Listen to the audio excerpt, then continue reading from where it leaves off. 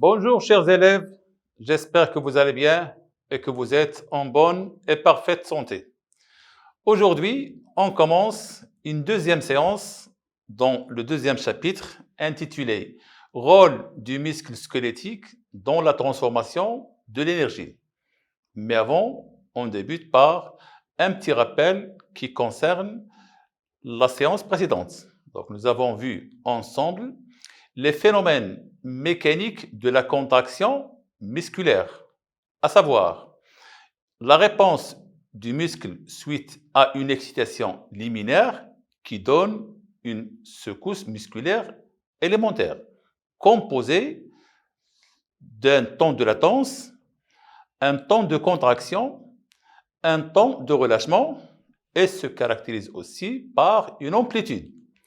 Nous avons vu aussi la réponse du muscle suite à plusieurs excitations à intensité croissante. Et nous avons vu le phénomène de recrutement qui est expliqué par l'implication d'un nombre élevé et croissant de fibres dans la réponse suite à l'augmentation de l'intensité. Nous avons vu aussi la réponse du muscle suite à deux excitations identiques. Et on a vu le cas de la fusion partielle si l'excitation suivante parvient au temps du relâchement de la première. Et nous avons vu aussi une fusion qui est totale.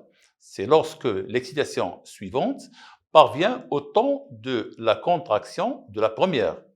Nous avons vu aussi la réponse du muscle à plusieurs excitations qui sont identiques, à savoir le tétanos imparfait si l'excitation suivante parvient au temps du relâchement de la précédente. Et nous avons vu aussi le cas du tétanos parfait si l'excitation suivante parvient au temps de contraction de la précédente. Et on a fini par la fatigue musculaire. Donc, les manifestations de cette fatigue musculaire se traduisent par une baisse de la tension musculaire, donc c'est une baisse de la force musculaire, et l'augmentation du temps de la réponse mécanique. Aujourd'hui, on va voir les phénomènes qui accompagnent la contraction musculaire. Donc, vous savez bien que lors d'un exercice physique, le corps réchauffe. Donc, la contraction des muscles s'accompagne d'une production de chaleur, une production de la sueur. Donc, pas mal de phénomènes qui accompagnent la contraction musculaire. Et plusieurs études ont montré que la totalité de l'ATP présent dans le muscle, lorsqu'il est converti en ADP plus PI, c'est-à-dire la dégradation de l'ATP en ADP plus PI, libère l'énergie, donc 50% de cette énergie est convertie en contraction musculaire, c'est-à-dire une énergie mécanique, et 50% est dissipée sous forme de chaleur. Donc, c'est une énergie thermique. Maintenant, on va voir comment évaluer et savoir la quantité de cette énergie thermique. Bien, donc les phénomènes thermiques, pour mesurer la quantité de chaleur produite lors d'une contraction musculaire, on utilise la thermopile. Donc la thermopile qui est matérialisée ici par la figure numéro 1. Ce dispositif permet d'apprécier des variations de température de l'ordre de quelques microdegrés qui s'effectuent sur des durées de quelques millisecondes. Donc, ce dispositif permet la conversion de l'énergie thermique en énergie électrique et génère une tension proportionnelle à la différence de température. Expliquons le fonctionnement. Donc, nous avons ici un muscle et un milieu qui se caractérise par une température de référence qui est fixe. Et nous avons ici l'utilisation de deux aiguilles thermoélectriques qui sont formées de deux métaux différents, à savoir le cuivre et le nickel. Ils sont soudés bout à bout. et chacune de ces aiguilles. Donc, une des aiguilles est introduite dans le muscle, l'autre, elle est portée et maintenue à une température constante. Lors du travail ou lors de la contraction musculaire, ce muscle dégage une chaleur. Donc, cette chaleur est évaluée par une aiguille. Donc, la différence de température entre les deux aiguilles se traduit par un courant électrique dont l'intensité est proportionnelle à la température du muscle. Ce courant est transmis à un amplificateur. Cet amplificateur amplifie ce courant et traduit ce courant sous forme de courbes qui apparaissent sur l'écran d'un oscilloscope. Donc, nous avons ici les courbes qui montrent la variation de cette température. Bien. Donc, la mesure de la quantité de chaleur qui accompagne la contraction musculaire lors d'une secousse musculaire isolée dans un milieu riche en oxygène donne les résultats suivants. Donc, nous avons ici la réponse mécanique qui se traduit par l'augmentation de la tension du muscle et la diminution de cette tension. Donc, cette courbe nous montre les trois composantes de la secousse musculaire, qui sont le temps de latence, le temps de contraction et le temps de relâchement. Et nous avons ici la quantité de chaleur qui accompagne cette réponse mécanique. Donc, la question, c'est extraire les types de chaleur dégagés par le muscle et situer-les par rapport à la secousse musculaire élémentaire. Donc, c'est une question composée de deux parties. La première partie, c'est faire sortir les différents types de chaleur et la deuxième partie, c'est les situer par rapport à la réponse mécanique. En ce qui concerne la première partie de l'extraction des types de chaleur, nous avons deux grands types de chaleur. Une première qui s'appelle une chaleur initiale et nous avons une deuxième qui s'étale sur une durée très longue par rapport à la première qui s'appelle une chaleur retardée. Le temps sur lequel s'étale cette chaleur retardée est presque 400 fois supérieur au temps pendant lequel s'étale la chaleur initiale. Cette chaleur initiale est composée de trois composantes, à savoir une chaleur de contraction, une autre chaleur de maintien et une troisième qui s'appelle chaleur de relâchement. Parfois, vous trouvez dans d'autres documents deux types de chaleur. Donc, dans ce cas, on regroupe la chaleur de contraction et de maintien dans une seule chaleur qui s'appelle la chaleur de contraction. Et comme vous voyez que la chaleur initiale est localisée pendant la réponse mécanique. Lorsqu'on parle de réponse mécanique, cette réponse, elle regroupe la phase de contraction et la phase de relâchement. Et le deuxième type de dégagement de chaleur, qui est la chaleur retardée, se localise dans une zone après la secousse. Donc, durant la secousse, on trouve la présence de chaleur initiale, mais la chaleur retardée est dégagée après la secousse. Bien, si on refait la même expérience dans un milieu anaérobie, c'est-à-dire un milieu qui se caractérise par l'absence d'oxygène, le muscle se contracte et présente les résultats ci-dessous. Donc, toujours la réponse mécanique qui est une secousse musculaire élémentaire composée de trois parties, à savoir le temps de latence, le temps de contraction et le temps de relâchement. Et nous avons la quantité de chaleur. Mais cette fois, cette chaleur, elle représente la chaleur initiale qui est composée de ces trois composantes, à savoir la chaleur de contraction, la chaleur du maintien et la chaleur de relâchement. Donc, la question, c'est comparer le dégagement de chaleur par le muscle contracté entre les deux milieux, c'est-à-dire dans un milieu aérobie en présence d'oxygène et dans un milieu anaérobie en absence d'oxygène. Que peut-on déduire quant au phénomène thermique accompagnant la contraction musculaire? Toujours, c'est une question composée de deux parties. La première, c'est une comparaison. La deuxième, c'est une déduction. On commence par la comparaison.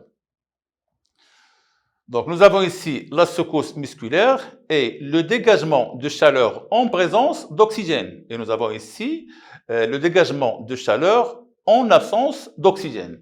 En ce qui concerne la comparaison, toujours, on doit tirer les ressemblances et les différences entre les deux situations. Pour les ressemblances, dans les deux cas, que ce soit en présence d'oxygène ou en absence d'oxygène, il y a un dégagement de chaleur.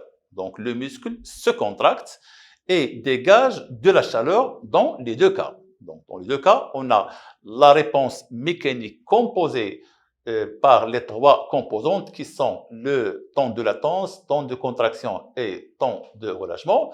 Et nous avons aussi un dégagement de chaleur en présence ou en absence d'oxygène. Dans les deux cas, que ce soit en présence ou en absence, il y a ressemblance en ce qui concerne la première partie qui est la chaleur initiale.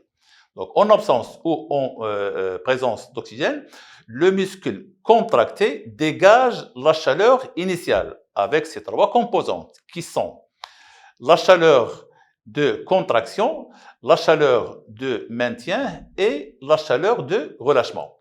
Mais le muscle contracté dégage la chaleur retardée seulement en présence d'oxygène, c'est-à-dire au cas où on a l'absence d'oxygène, il y a absence de dégagement de la chaleur retardée. Dans le cas où le muscle est présent dans un milieu aérobie, c'est-à-dire en présence d'oxygène, il y a dégagement de cette chaleur qui est retardée. Pour la déduction, la contraction musculaire se déroule sans oxygène. Elle est accompagnée par différents types de réactions exergoniques. Qu'est-ce que ça veut dire, réaction exergonique? Donc, c'est un mot composé d'un préfixe exo et ergonique. Donc, exo veut dire à l'extérieur, ergonique veut dire énergie. Une réaction exergonique, c'est une réaction qui libère l'énergie sous forme de chaleur. Une réaction endergonique, c'est une réaction qui demande l'énergie ou demande la chaleur. Dans ce cas, on a des réactions exergoniques qui vont libérer la chaleur à l'extérieur du muscle, à savoir l'énergie, plutôt la chaleur primaire et la chaleur retardée. Bien, mais on a des réactions anaérobiques, c'est-à-dire des réactions qui ne demandent pas la présence d'oxygène, qui se déroulent lors de la contraction, en phase de contraction ou de relâchement. Dans cette zone-là, il y a un dégagement de la chaleur initiale, donc cette chaleur est indépendante de la présence ou l'absence d'oxygène. Elles sont, c'est-à-dire ces réactions, ils sont à l'origine de la chaleur initiale avec ses différentes composantes. Et nous avons aussi des réactions aérobiques, c'est-à-dire des réactions qui demandent la présence et la consommation d'oxygène, qui se déroulent après la contraction et qui sont à l'origine de la chaleur retardée. Donc la chaleur initiale est liée à des réactions qui se déroulent au niveau du muscle, qui n'ont pas besoin de consommation ou de présence d'oxygène, mais la chaleur retardée est reliée au phénomène qui demande la consommation d'oxygène. Passons maintenant aux phénomènes chimiques. Donc, pour les phénomènes chimiques, on essaie de prélever des échantillons du sang et on effectue des analyses. Donc, au niveau d'un muscle, à l'état du repos, on prend un échantillon de sang artériel, c'est-à-dire le sang qui entre dans le muscle. Et on essaie de doser la teneur en oxygène et la concentration en glucose et en CO2. Et dans le sang veineux, c'est-à-dire le sang qui sort du muscle. Toujours, on effectue un dosage qui concerne l'oxygène, le glucose et le CO2. Et on peut effectuer des dosages d'autres substances. De même pour l'état de l'activité musculaire. Toujours, on prend le sang artériel, un échantillon, et on dose ses composantes à l'entrée et ses composantes à la sortie pour faire une différence entre ce qui entre dans le muscle et ce qui sort du muscle. Bien, on analyse le sang à l'entrée et à la sortie d'un muscle au repos et après une activité musculaire. On obtient les résultats présentés dans le tableau ci-dessous. Donc nous avons ici le volume du sang qui traverse le muscle à l'état du repos et en activité. Nous avons aussi l'oxygène consommé en litres au repos et en activité et le CO2 rejeté en litres en repos et en activité, ainsi que le glucose consommé, les protéines et les lipides. La question, c'est comparer les différentes variables étudiées entre le muscle au repos et en activité et déduire l'origine de l'énergie nécessaire à la contraction musculaire. Donc, c'est une question composée de deux parties. La première partie, c'est une comparaison entre l'état de repos et en activité en ce qui concerne les variables qui sont le sang qui traverse les muscles, l'oxygène consommé, le CO2 rejeté, le glucose consommé et les autres composantes, à savoir les protéines et les lipides. La deuxième partie, c'est faire une déduction quant à l'origine de l'énergie nécessaire à la contraction musculaire. Donc, on commence par la comparaison. Bien, pour la comparaison, on doit quantifier les valeurs ou les variables étudiées. C'est-à-dire, nous avons ici le volume du sang qui traverse le muscle. Au repos, c'est 12,220 litres, mais en activité, c'est 56,325 litres. Donc, de même pour l'oxygène et les autres. Donc, au repos comme en activité. Le muscle consomme l'oxygène, le glucose et libère le CO2. Mais les protéines et les lipides ne sont pas consommés. Mais ces valeurs qui connaissent une différence, on doit mettre cette différence en relief. Comment peut-on faire pour mettre ces différences en relief? On peut diviser le volume du sang qui traverse le muscle en activité par le volume qui traverse le muscle au repos et savoir combien de fois ce volume est plus important.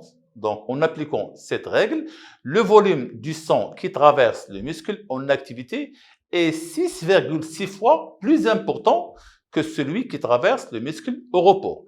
De même pour l'oxygène. Donc, la consommation d'oxygène par le muscle en activité est 17 fois plus importante par rapport au repos. Comment arriver à 17 fois? C'est 5,207 divisé par 0,307 litres. Pour la consommation du glucose par le muscle en activité, elle est 4 fois plus importante que celle au repos. Donc 4 fois, ça veut dire 8,432 grammes divisé par 2,042 grammes, ce qui donne à peu près 4 fois plus élevé. Pour le CO2, donc le rejet de CO2 par le muscle en activité est 27 fois plus important que celui du muscle au repos. Donc 27 fois vient de 5,950 litres divisé par 0,220 litres. Bien, pour la déduction. La consommation du glucose, de dioxygène et le rejet de CO2 pendant l'activité musculaire montrent que l'origine de l'énergie est le phénomène de la respiration cellulaire qui se réalise selon l'équation suivante. Donc C6H12O6 qui est une énergie ou une substance organique qui emmagasine l'énergie dans ces liaisons. Cette substance ajoutée à l'oxygène, donc plus CO2, ce qui donne 6CO2 plus 6H2O plus une énergie qui est évaluée à 38 ATP. Donc, en absence de dioxygène, le muscle peut se contracter, mais si ces conditions persistent, c'est-à-dire en milieu anaérobie, il devient rapidement inexcitable et se charge d'acide lactique et ne montre que la chaleur initiale, c'est-à-dire l'absence de chaleur qui est retardée. Donnez une explication à ces résultats. Donc, en aérobie ou en anaérobie, c'est-à-dire en absence d'oxygène, le muscle produit de l'énergie par un phénomène qui s'appelle la fermentation lactique. Donc, cette fermentation lactique est une des réactions responsables de la chaleur initiale. La chaleur initiale qui se dégage pendant la réponse mécanique, c'est-à-dire au cours de la secousse musculaire. Sa réaction globale peut s'écrire comme suite. Nous avons C6H12O6 donne 2CH3 CHOH COOH. Donc c'est le lactate ou l'acide lactique plus une énergie qui est évaluée à 2 ATP seulement, car cette dégradation est une dégradation incomplète. La totalité de l'énergie qui est présente dans le glucose n'est pas extraite d'une manière totale, car une autre quantité est emmagasinée dans les liaisons qui forment cet acide lactique. Donc, la disparition de la chaleur retardée en anaérobie, c'est-à-dire en absence d'oxygène, on voit qu'il y a production de la chaleur primaire et absence de la production de la chaleur retardée. Donc, l'absence de cette chaleur dans un milieu anaérobie confirme l'origine de cette chaleur qui est la respiration cellulaire. Donc, pendant le travail mécanique du muscle, on a production de 2 types de chaleur. Une chaleur initiale qui se dégage pendant la contraction musculaire et une autre chaleur qui est retardée, qui est dégagée après. La première chaleur, l'une des causes, c'est la fermentation lactique. Et pour la chaleur retardée, son origine, c'est la respiration cellulaire. La séance d'aujourd'hui touche à sa fin. Merci de votre attention et à la prochaine séance, Inch'Allah.